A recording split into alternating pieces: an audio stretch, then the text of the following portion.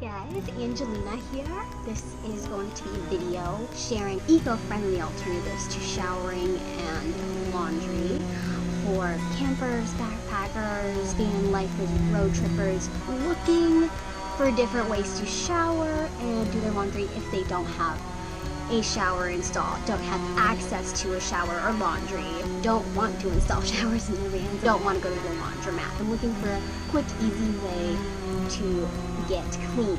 I'm not an expert, but I do have several backpacking trips under my belt. I lived in my van for a little bit and have gone on several road trips, so I have a good feel of what the options are out there for getting clean, showering, laundry. So yeah, let's get right into it. Straight to the point, my favorite method of getting clean is to find a natural water source and scrub. I know it sounds way simple, and it really is, but hear me out, I'll explain my process, stick around. So how to get clean. Literally use your hands, do the old-fashioned method, and scrub. Scrub your body, scrub your clothes. How they did it in the olden days. Pretty simple. Put a bathing suit on. That's why bathing suits are called bathing suits. You can actually bathe in them. Make sure you don't drink water in the whole process of that, because you don't know if the water is clean for drinking. Soap. Let's just talk about soap for a second. So no, you don't actually need soap. If you scrub hard enough, dirt will come off, you'll feel clean afterwards. Same with your clothes.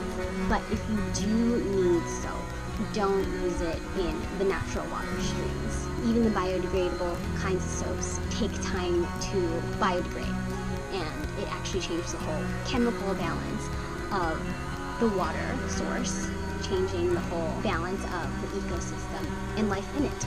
So if you do need soap, do still use the biodegradable one. Don't use it in the water.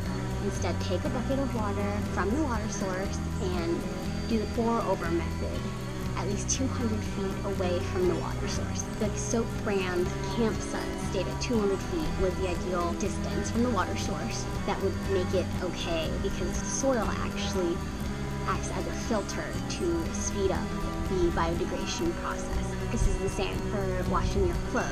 Get a bucket of water, take it 200 feet away from the water source, and scrub your clothes in the bucket.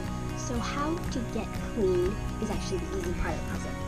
The key to everything really is planning where and when to do it. So choosing your water source, whether you're in the city, a rural town, wilderness, you're going to want to find out where your natural sources of water are. Beaches, rivers, streams, lakes, they all work, but obviously some work better than others. You're going to want to look for not overly trafficked or overcrowded places, because even if it's not uncomfortable for you to be showering out in the public, maybe people around you would be uncomfortable with it.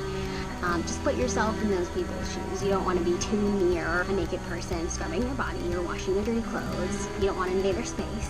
And for the sake of others, do your cleaning business downstream from where anyone's at, because you don't want your dirty water washing into their space. You also want to look for places with good water flow. You don't want to do your cleaning in a stagnant body of water. One, because you're not trying to get clean in dirty, infested waters. And two, you're not trying to leave a stagnant body of water dirtier than it was before with all your dirt. So good water flow allows for the dispersion of all that dirt and grime that you're washing off of yourself and from your clothes. We don't want that to build up or be in a place where that has built up. If you're in the rural parts of town or in the wilderness, you're going to want to plan it out well in advance, because there may not be cell service to look up where these bodies of waters are.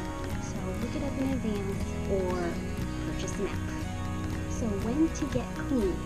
The time of day is very important. In the summertime, it's less important than in the wintertime. In the summertime, you can focus on going when these bodies of water are not overcrowded or going at a low traffic time.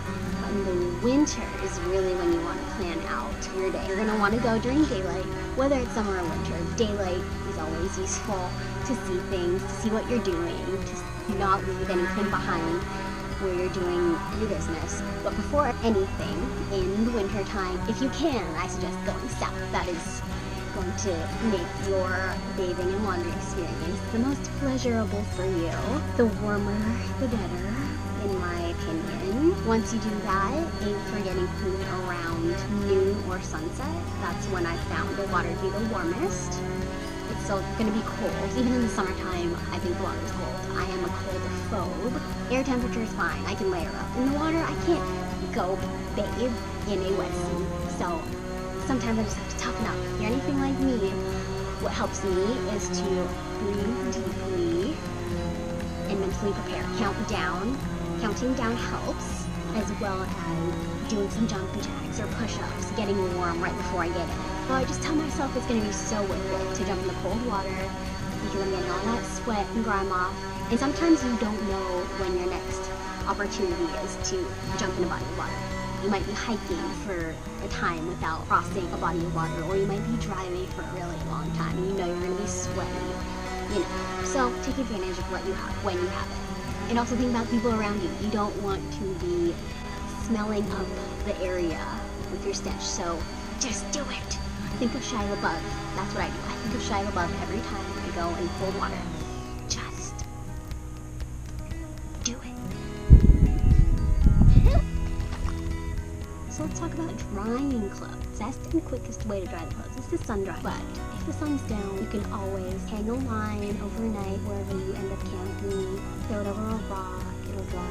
Hang it over your tent. If you're in a car, you can hang it over your car windows. Just remember, the wind could blow it away, bugs or animals or dirt could get into your newly fresh and clean clothes. So think about that before you leave something out overnight.